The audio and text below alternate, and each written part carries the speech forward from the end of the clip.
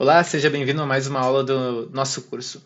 Continuando aqui no módulo 1 de Fundamentos de Inteligência Artificial, vamos falar um pouquinho aqui sobre a história e evolução dessa tecnologia nos últimos anos. A gente pode ver aqui, numa breve linha do tempo, que a inteligência artificial é uma ciência bastante nova, é uma tecnologia bastante ainda prematura.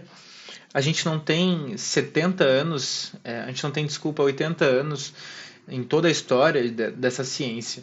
Como a gente pode ver aqui, o primeiro momento em que se fala em inteligência artificial é através do Alan Turing, onde ele propõe o jogo da imitação. Tem um filme disponível no Netflix, muito interessante filme, recomendo. E aqui, a partir disso, em 1956, a gente tem uma conferência acadêmica onde é cunhado efetivamente o termo inteligência artificial. Então é a primeira vez que a gente vê o termo inteligência artificial em 1956. Um pulo importante aqui para 1997, onde uma inteligência artificial da IBM conseguiu superar um campeão mundial de xadrez. Né? É fato bastante interessante e relevante, né? E em 2012 a gente tem o lançamento importante que mudaria bastante o paradigma da tecnologia, que é o artigo e a tecnologia, o entendimento, enfim, das redes neurais profundas, né? Onde vira o nosso Deep Learning, que veremos a seguir.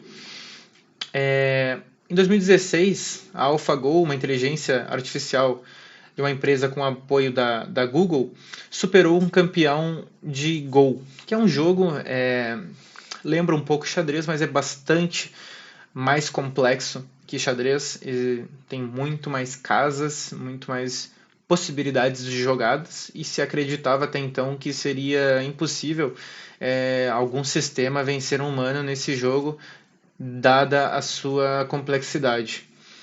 Bom, e aí pulando para os dias de hoje, né? Final de 2022, início agora do nosso ano de 2023, a gente teve aí o ChatGPT e algumas outras inteligências artificiais, principalmente generativas, e essa popularização efetiva do uso e essa facilitação do uso pelo usuário final. Né? Vamos ver isso a seguir. Então aqui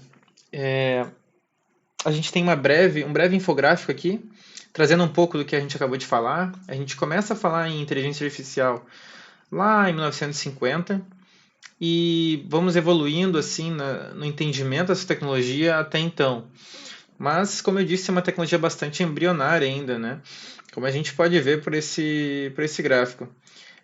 A gente evoluiu inteligência artificial, machine learning e efetivamente o deep learning, que é um ponto em que ainda nos encontramos hoje na fronteira hoje com a inteligência generativa também.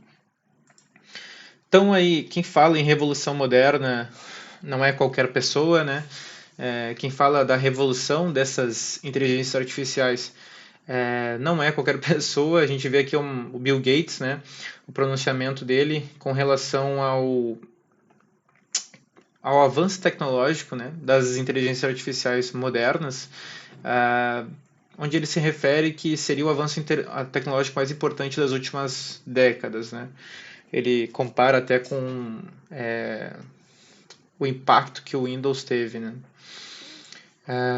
Bom, entendendo aqui um pouco o que a gente diferencia em inteligência artificial tradicional, todo o processo, para a inteligência artificial moderna, né, ou inteligência baseada em prompts.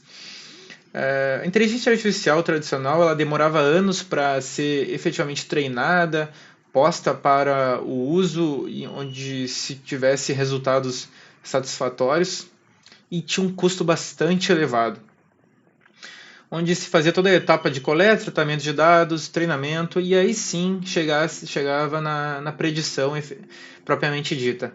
Hoje em dia, a gente pega todas as inteligências com coleta de dados, treinamento, tudo pronto. Muito por novas tecnologias que surgiram, isso se tornou possível, também pela grandíssima quantidade de dados que se gera hoje em todo o mundo, né? possibilitou as IAs modernas, ou as inteligências artificiais baseadas em linhas de comando ou prompts, como chamamos as linhas de comando por linguagem normalmente por linguagem natural, né? Texto corrido como a gente fala normalmente. Essas inteligências artificiais demoram segundos para a gente ter um resultado a partir delas e não custam nada normalmente ou custam centavos para que a gente tenha um resultado interessante a partir delas. Onde o que a gente necessariamente precisa fazer é dar um comando e esperar o resultado. E a gente vai melhorando o nosso comando para melhorar o nosso resultado. Mas é essa a grande diferença entre os dois processos. Então é isso, pessoal. Espero vocês na próxima aula.